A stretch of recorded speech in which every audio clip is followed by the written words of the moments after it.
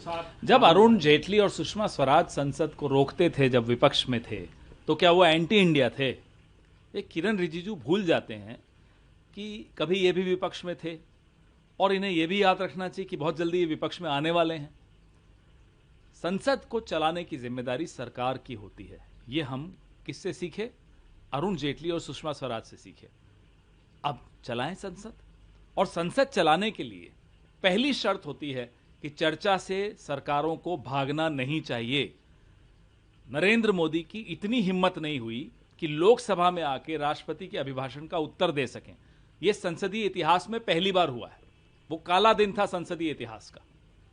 किरण रिजिजू भूल जाते हैं। राहुल गांधी की अगर कोई गलती है तो सिर्फ इतनी है कि सरकार से सवाल पूछते हैं, और इस सरकार को सवाल पूछने वाले पसंद नहीं आते।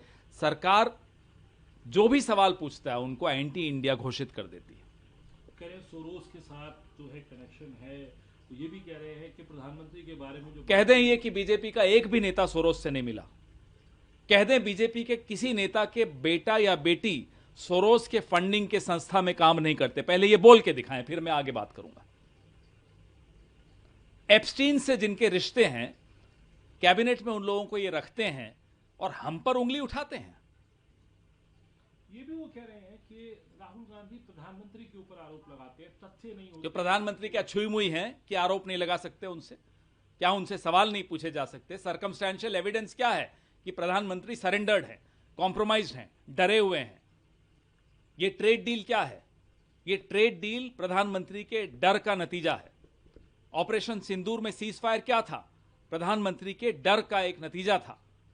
तो जब प्रधानमंत्री सरेआम डरे हुए नजर आ रहे हैं, इतने डरे हुए कि लोकसभा में आकर अपना मुंह नहीं दिखा पा रहे, तो उनसे सवाल नहीं पूछेंगे हम?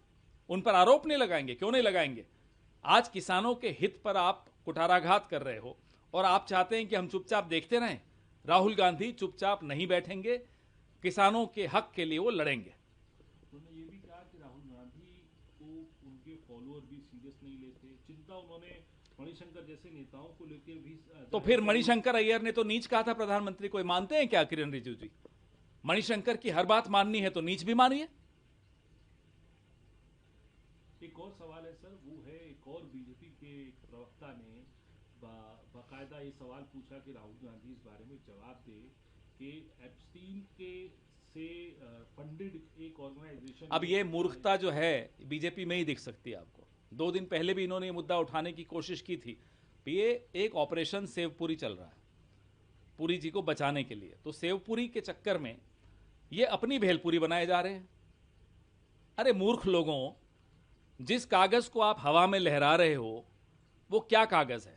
पेज नंबर 55, 59 पेजेस में से पेज नंबर 55 पे है, शेड्यूल है सितंबर 2010 का।